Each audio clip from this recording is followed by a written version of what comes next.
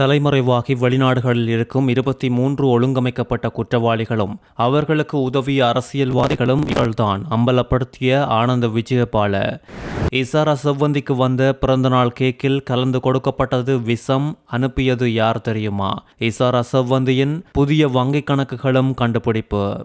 இன்னும் 3 நாட்களில் கைதாக போகும் மஹிந்த ராஜபக்ச. அரச தரப்பினர் சொத்துக்களை வைத்திருந்தால் சரி, ராஜபக்சக்கள் வைத்திருந்தால் தவறா? கடுப்பாகிய நாமல் ராஜபக்ச. இனந்தெரியாத நபரின் சடலம் கிணற்றில் கண்டுபிடிப்பு. மருதனார் மடத்தில் கடும் பதட்டம். மக்களுக்கான விசேட சலுகையோடு வரும் ஜனாதிபதி அனுர. பல லட்சம் பெறுமதியான எரிபொருட்களை வைத்திருந்தவர் வசமாக சிக்கினார். யாழ்ப்பாணத்தில் நகைகள் உட்பட பணங்களை திருடிய கும்பல் அதிரடி கைது.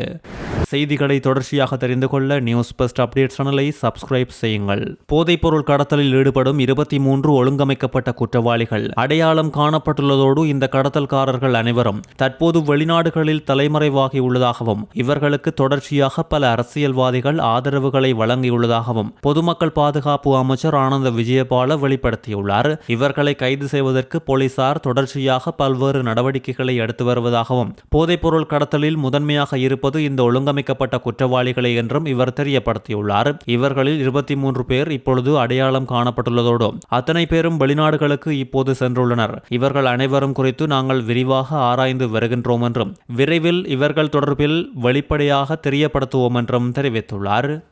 கொழும்பு நீதவான் நீதிமன்ற கூண்டில் வைத்து திட்டமிட்ட குற்றக்குழு உறுப்பினர் கணேமுல்ல சஞ்சீவ சுட்டுக் கொல்லப்பட்ட சம்பவத்தில் கைது செய்யப்பட்டு தடுப்பு காவலில் வைக்கப்பட்டுள்ள இசாரா செவ்வந்திக்கு வழங்கப்பட்ட பிறந்தநாள் கேக் குறித்து விசேட விசாரணைகள் ஆரம்பிக்கப்பட்டுள்ளது.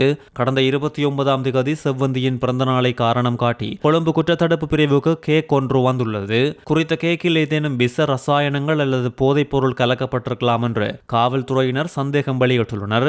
இதுகுறித்து முழுமையான விசாரணைகளை ஆரம்பித்துள்ளதாக கூறிய காவல்துறை குறித்த கேக்கை அரச ரசாயன பகுப்பாய்வாளரிடம் கொடுத்து அறிக்கையை பெற நீதிமன்றத்திடம் அனுமதி கோரியுள்ளனர்.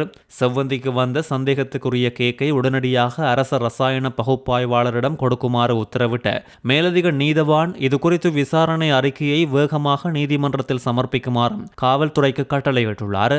அது மாத்திரமன்றி சற்று முன்னர் இசாரா செவ்வந்தி குறித்து இன்னும் ஒரு செய்தியும் வெளிவந்துள்ளது. இசாரா செவ்வந்தியின் பல வங்கிக் கணக்குகள் இப்பொழுது கண்டுபிடிக்கப்பட்டுள்ளது.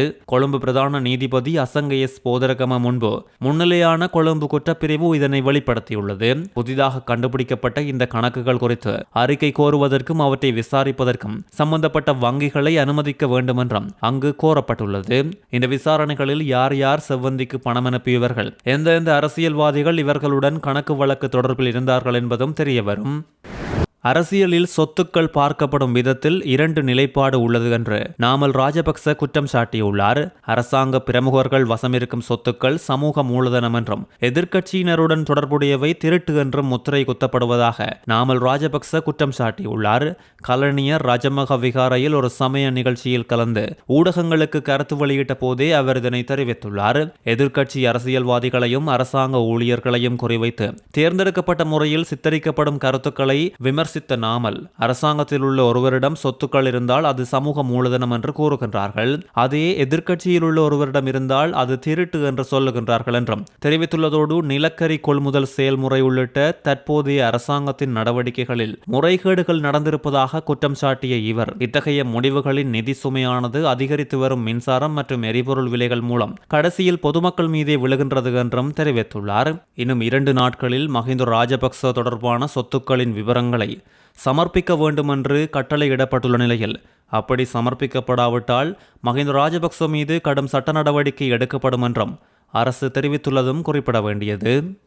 இன்று பாராளுமன்றத்தில் ஜனாதிபதி அனுரகுமார திசாநாயக்க பொதுமக்களுக்காக வடிவமைக்கப்பட்ட விசேட சலுகை திட்டம் ஒன்றை சமர்ப்பிக்க உள்ளதாக சபை முதல்வர் பிமல் ரத்நாயக்க தெரிவித்துள்ளார். புத்தாண்டு காலத்தை முன்னிட்டு மக்களுக்கு புதிய சலுகை திட்டங்களை அறிமுகப்படுத்துமாறு எதிர்க்கட்சியின் கயந்த கருணாதிலக்க விடுத்த கோரிக்கைக்கு பதிலளிக்கும் போதே சபை முதல்வர் இதனை தெரிவித்துள்ளார். இன்றைய பாராளுமன்ற அமர்வில் திடீர் வாழ்க்கை செலவு அதிகரிப்பால் பாதிக்கப்பட்டுள்ள மக்களுக்கு நிவாரணம் வழங்கும் நோக்கில் குறித்த விசேட சலுகை ஜனாதிபதி அனுரவினால் அறிவிக்கப்பட உள்ளமை குறிப்பிடத்தக்கது. 12 வயது சிறுவன் தனது முழு குடும்பத்தையும் காப்பாற்றியுள்ள சம்பவம் பலரையும் திரும்பி பார்க்க வைத்துள்ளது.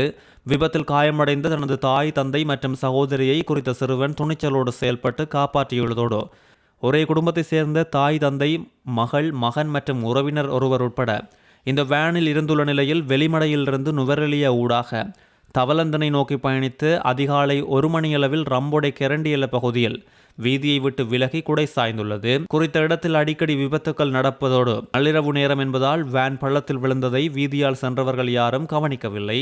விபத்தின் போது வேன் நசுங்கியதில் சிறுவனின் பெற்றோர் மற்றும் சகோதரி உள்ளேயே சிக்கிக் கொண்டனர். ஆனாலும் வேனிலிருந்து தூக்கி வீசப்பட்ட சிறுவன் தான் காயமடைந்திருந்த போதிலும் நசுங்கிய வேனில் உயிருக்கு போராடி கொண்டிருந்த தனது பெற்றோரிடம் கவலைப்பட வேண்டாம், நான் உங்களை எப்படியாவது காப்பாற்றுகின்றேன் என்று தைரியமாக தெரிவித்துள்ளார். தூக்கி வீசப்பட்டிருந்த மற்றைய நபரையும் அழைத்து கொண்டு கடுமையான இருளில் கடும் சிரமத்துக்கு மத்தியில் மரங்களையும் கற்களையும் பற்றி கொண்டு தவழ்ந்து வீதிக்கு வந்துள்ளதோடு சுமார் 120 அடி பள்ளத்தில் இருந்து வீதிக்கு வந்த சிறுவன் அந்த நேரத்தில் வீதியால் சென்ற வாகனங்களை நிறுத்த முயற்சித்துள்ள போதிலும் பல வாகனங்கள் நிறுத்தாமல் சென்றுள்ளது.